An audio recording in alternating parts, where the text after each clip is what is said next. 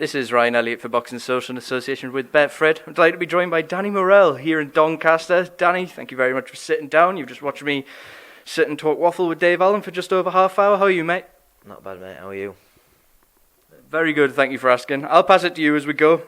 Talk to me a bit about how you've been getting on. I'm going to turn this light down just a tiny bit. Understand you had yourself a win last week. You're fighting tomorrow. How's life in the camp of Murrell, Allen, etc.? It's good. It's pretty hard, to be honest. It's like 12th of December. I ain't had a mince pie yet. I ain't opened my calendar once. I'd only get a calendar with a little chocolate bar in, and I ain't had any of it. So I can't wait to eat like crap for Christmas. And now I've got 2 fights and hoping to get 2 wins. So trained hard. Yeah. Mentioned you got 2 fights penciled in. Do you think he's going to let you have a little bit of a breather and stuff your face with mince pies on the back of that?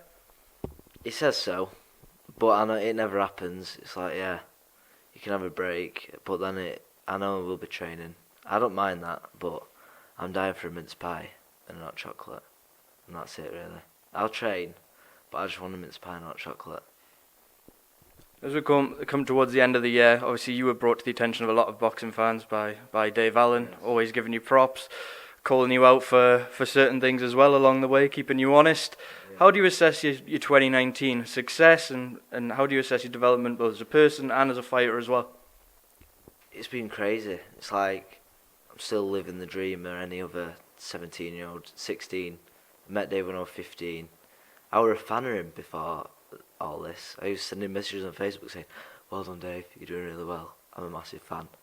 He read them to me the other day and I was right embarrassed because now he's like my best mate. So it's a weird one. I still like all the things I've done. I still pinch myself about it. It is, I do appreciate it, but I just need to back it all up now, I guess, in a way.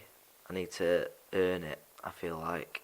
So I'm glad I'm fighting now, because for the first year I wasn't really fighting. I was just with Dave meeting these like pros and all that, the ones that I watch on videos like this that I didn't expect I'd be doing myself. But yeah, it's crazy. I can't describe it. I'm sat down quite low here to give my knees a break, if anyone's wondering why Danny's looking down so low. Could you talk to me a bit about Dave Allen the coach? Because we see Dave Allen the personality, we see Dave Allen the fighter. He said to me just there, and it's not a secret, he puts far more effort into coaching than he does in fighting. He's just said that before. What is it like to have Dave Allen the coach around? Hard. It's hard. He does. It's like, I don't know. No sympathy. Dave, I'm in agony here, mate. I don't care. It's just no. Obviously, there's no what you can do about it. Me and Liam have gone through some horrendous sessions. You would think we're in SAS or something. We've been. He said, "Come on, lads, we'll go to the park," and we were jumping over a bar at a park for 3 hours. So, it's not, honestly. It were the worst session of my life. We run up hills like this, and but it's worth it. He's here now. Why don't you fuck off back to Tom Hill then? No, but obviously I do it for a reason. But yeah, he's a fantastic coach. Well, I couldn't really box before I met him, so, and now I don't know, like, I'm decent, but I'm hoping to get to the top, so we'll see how good he is. Now, obviously Dave's here, backing you all the way. He said there, the money doesn't matter. He just wants to see you get as far as you can. What is it you're hoping to sort of achieve in the next couple of years as you continue working the amateur circuit? Dave has told me about how delighted he is being up and down working men's clubs around the country. You're obviously enjoying life at the minute and learning and developing as you go. What is it you're sort of aspiring towards in the next couple of years? Is it just about becoming the best version of yourself that you can be? Well, Dave's the boss. I'll do what Dave says. So I think I might be turning pro when I'm 18. So that's the plan. Hopefully I make good money and I win. You know, I've had dreams since I've been boxing a long time. I've always wanted to, you know. Dave says I can win a British title, so I'm going to win a British title, and then even more than that, I hope, and earn loads of money. Dave's back again. I'm here now with a plan. Move up a little bit. I'll tell you what the plan is for this man here. He's had 42 amateur fights. I've worked out. He's had 42 amateur fights already. We get to 50. We turn professional then. And basically, it's learning on the job. Like, you have 50 amateur fights. You've got to be a good kid and experienced if you're winning half of them, which you will be doing. You know, he's got to national quarterfinals, getting better all the time. It's a case then turning pro because he needs to make money, like, and he needs to do something. So we'll see how he develops over the next 6 months first. If he's not ready, he won't turn pro because I won't take any money off him anyway unless he boxes and wins titles and starts making good money, because I don't like people that take money off fighters that aren't making any money, because I just think it's a bad move, because why would you do that? So he doesn't need to turn pro because I look after him, don't I? Yeah, it does. I do, to be fair. So when he's ready, he'll turn pro. He'll be like, you know, Tyrone Nurse, like, he's had 40 odd fights. He had loads of 4 and 6 rounders, boxing journeyman. Danny's not the biggest puncher in the world, but he's extremely clever. And he'll spar a lot. Oh, if he turns pro at 18, 19, he'll spar a lot. He'll do 4 and 6 rounders. I don't mind paying out my own pocket. You know, I've got a good little team around me that'll help me out in terms of stuff like that. So he can be British champion, this kid, 1,000,000%. He sparred a few welterweights that are top 20, top 25 and beaten already, and I just think, you know what, 3 or 4 years time, if you can't beat some of them, then you've not learned. I've done a fucking horrific job with you. So I'm really excited by him. I just want to see him do well in life. Like I say to him and Liam all the time, boxing to me, for these lads, means absolutely fuck all. If he retired tomorrow, I said, Danny, come on, me and you'll get a job together in a fucking warehouse, and we'll train Liam at night time when we get out. You know what I mean? Like, it doesn't make a blind bit of difference to me. He actually loves to do it. He loves to box. He loves it. It's the easiest job in the world, training these two, because they want to do it. And I've never made a jump over something for 3 hours. About 2.5. So, but no, he's good. He's very good. And I won't say if he weren't. People say, oh, is he any good, or you're just saying it.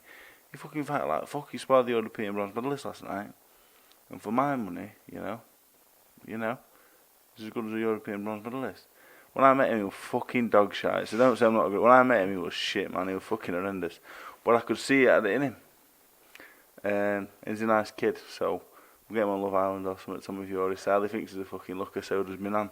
So he's better looking than Taylor. So so we'll see. But anyway, I'll pass him back the mic. There you go, son. Thank you. As we were, look, Dave speaks very highly of you. He tells everybody, and tells you that you can win the British title. You were sort of complaining before about that time in the park where you spent 3 or 2.5 hours, depending on who you listen to, working away. Do you think that tough love will stand you in good stead, though, knowing that your man there is backing you all the way to go as far as he can? Definitely, it's what I need, because I'm lazy, to be honest, like Dave, but it just gives you that extra push. Hearing someone like Dave, who doing what he's done, telling me that, it can only motivate me even more. So I'm going to go out on a limb and say you watched the boxing on Saturday night, Danny. Anthony Joshua reclaiming his unified heavyweight titles. If you did catch it, what do you make of Anthony's performance? Were you surprised that he could sustain that for 12 rounds? I was shocked, to be honest, that he kept on his toes for that long. I thought it were really good. A lot better than his first performance. You know, he performed well. Like I said, he's been watching, pretty sure I heard him say he's been watching all the old pros, and you can tell it was brilliant. Not like he's ever boxed before, so I enjoyed watching it. But that's the only fight I watched that night, just the main one. So yeah, I enjoyed it. Afterwards, Andy Ruiz was sort of coming out and covering himself by saying that maybe the lifestyle got to him, his newfound fame and fortune. He was having parties. He didn't listen to his dad. He didn't listen to his trainer. All sorts of stuff, completely different to when Anthony Joshua lost to him, and he said nothing. Regardless if he'd came in lighter, if it was the same Andy Ruiz we saw in New York, do you still think that Anthony Joshua would have beaten him? I don't know, because you still saw like the same Ruiz as the last time. He did, now and then he did find his way in with a big shot, and then you saw, you know, Joshua stick his tongue out and laugh at him and that, but maybe he didn't I don't think he performed as well as last time, but he might have just not had that. You know, he's got the money now. He might have not had that. Like he said, he was in desperation last time, might have not had that motivation to do it again. It's hard, isn't it? You know, Joshua's a big, hard man, so to do it twice, it's not easy, but we'll see. Danny, you've got a fight tomorrow. I appreciate you sat here with a bright light staring you down when you probably want to just be unwinding and resting down. What is it you hope to get out of tomorrow? And I'll leave the final word with you as well. We'll call it there. What do you want out of tomorrow? A win. A win would. I've got 2 fights. I want 2 wins before Christmas. I expected to go all the way in the NAGBCs, but I didn't. But these club shows are just as good.